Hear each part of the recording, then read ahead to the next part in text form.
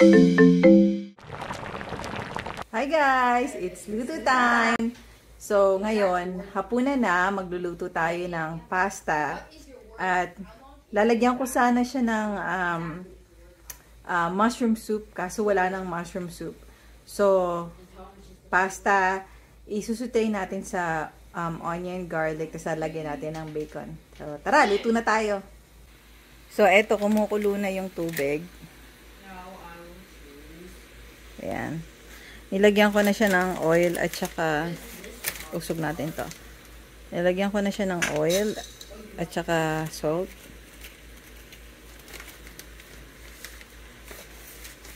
Tinignan ko yung pantry ko. Wala na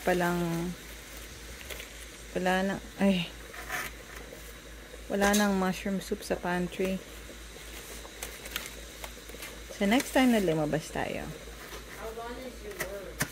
bibili tayo ng mushroom soup. So, ayan na. Hintayin na lang natin tong maluto. Meanwhile, magigisa na tayo ng bawang tsaka sibuyas.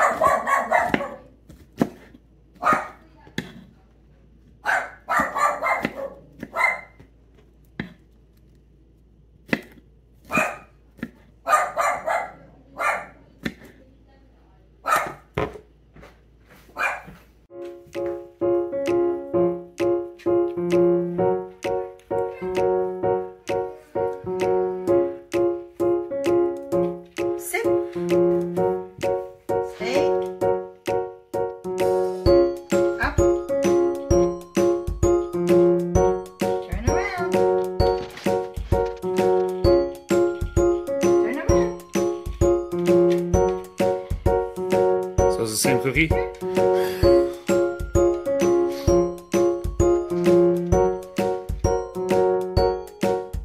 Cookie. Cookie, look here. Stay.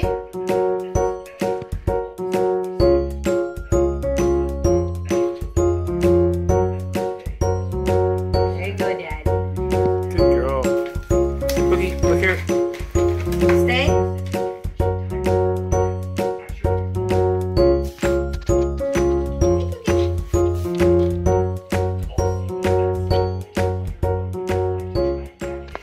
So, eto na. Ready na tayo magluto. Meron na tayong bawang, sibuyas, bacon, at pasta.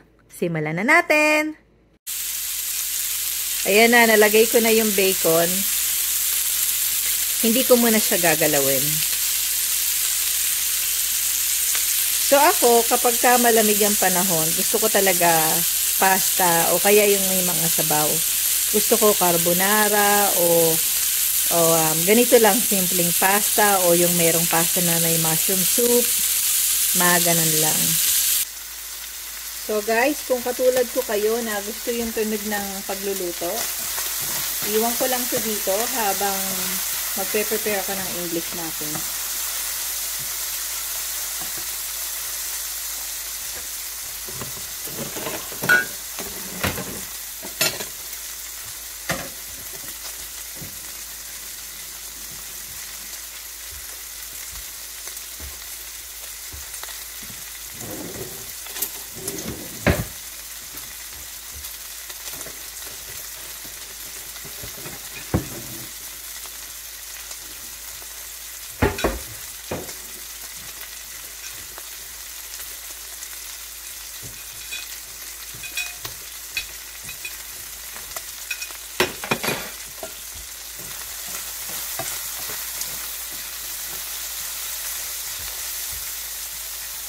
Alam nyo guys, okay na to. Ilagay natin yung pasta.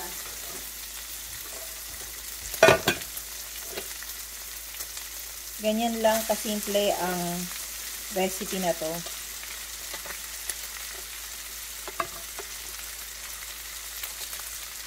Pero mas masarap talaga kung meron tong mushroom soup. Pero ganun talaga, huwag tayo maghanap ng wala. Kung ano lang ang meron.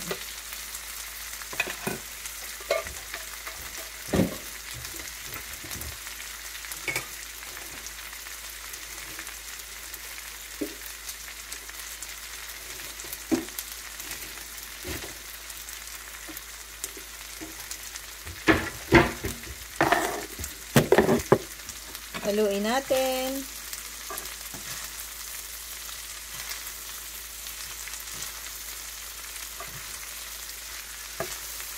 Oops. Lagyan natin ng konting patis para malasa. Lagyan din natin ng nito, pepper. At saka konting chicken powder.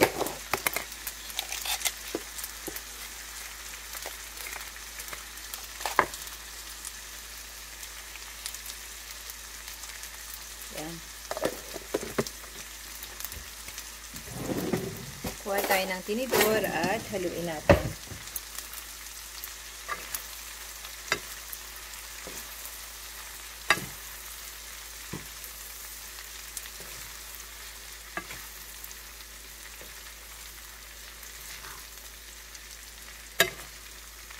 Pwede rin guys, kung hindi nyo gusto ng bacon, tuna in can. Yun ang gamitin nyo, masarap.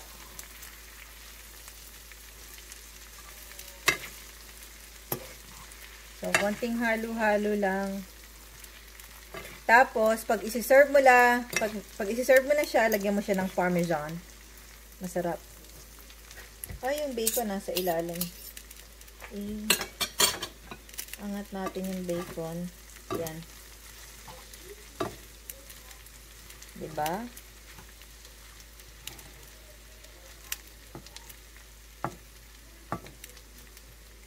Ganyan lang. Mga simpleng luto lang.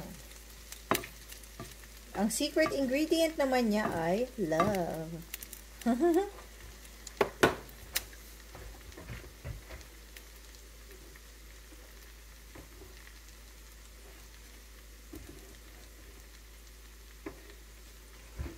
So, balik na tayo sa pag-prepare ng English muffin.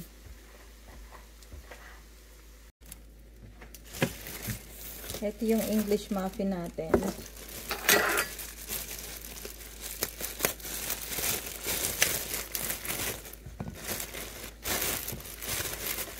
Lagyan natin 4. Kasi tag-iisa kami.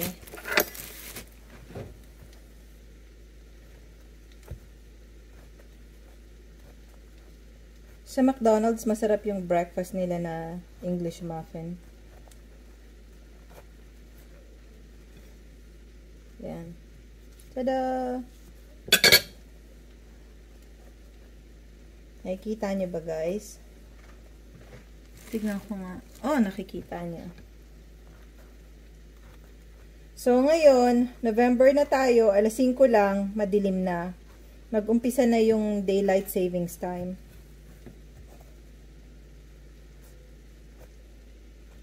Next, mag-i-snow na. Usually, kapag ka mga ganitong araw, nag-yelo na eh. Pero, ngayon hindi pa nag-i-snow. Sobrang mild lang talaga ng panahon. Kahit, excuse me.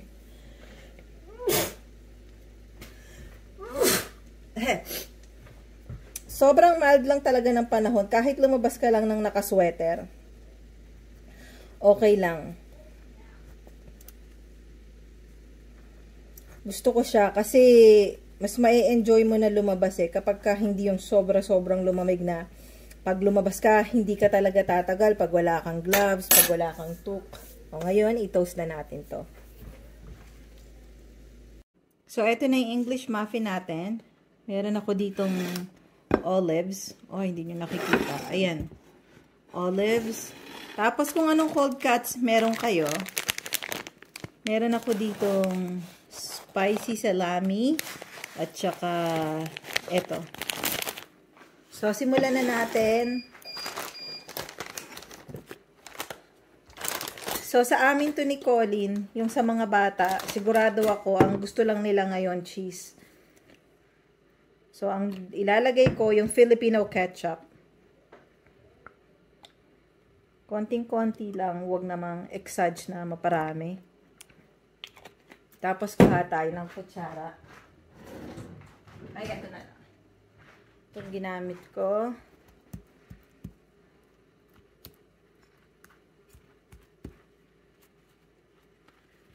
So, halimbawa, no, may winter storm, hindi kayo makakalabas, tapos gustong-gusto nyo talaga ng pizza, at matagal namang mag-bake, kung okay lang sa inyo to, try nyo. Kung meron kayong pepperoni, mas maganda. Kung may mushroom kayo, mas maganda rin naman, mas masarap. Ilagay nyo yung mga toppings na trip nyo. Naghiwa na tayo ng sibuyas at may iyak na naman ako. Pag naghihiwa ako ng sibuyas, naiyak talaga ako eh.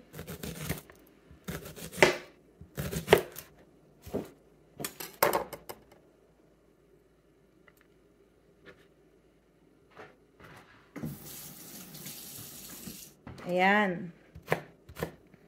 Tapos, lagyan na natin ng sibuyas. Okay ba? Gusto nyo yan?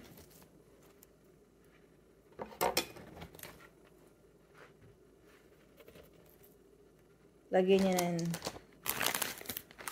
Lagyan ko ng salami.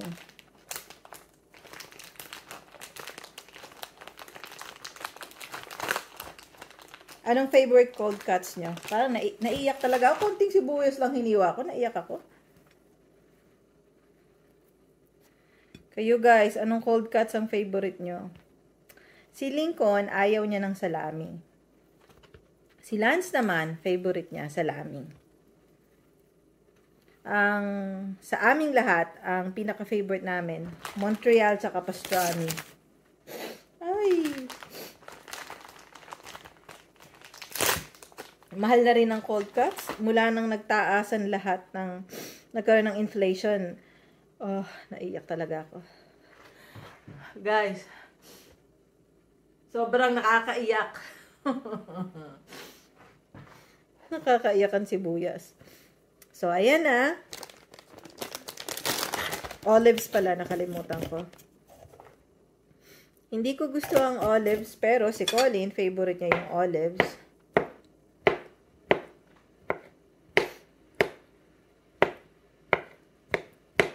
Yung mga anak ko, gumagawa sorry guys, naiyak talaga ako. Yung molecules ng sibuyas, kalat na kalat sa buong kusina. Yung mga anak ko, gumagawa sila nito.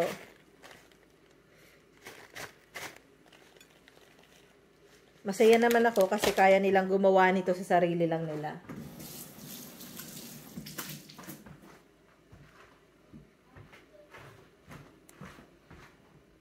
Ito na, moment of truth. Tada! Tada! Hilain natin ng konti. You gonna get it, Mushi? Yeah. Are you gonna show it? Yes. Wow. Oh, banana ketchup, eh? Yeah.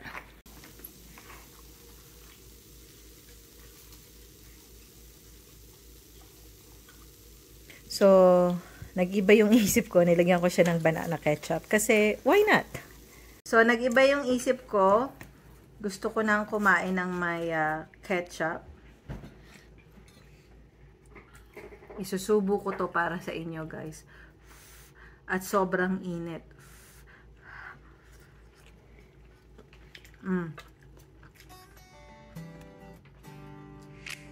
Para sa akin, masarap. Lalo na malamig ang panahon, masarap.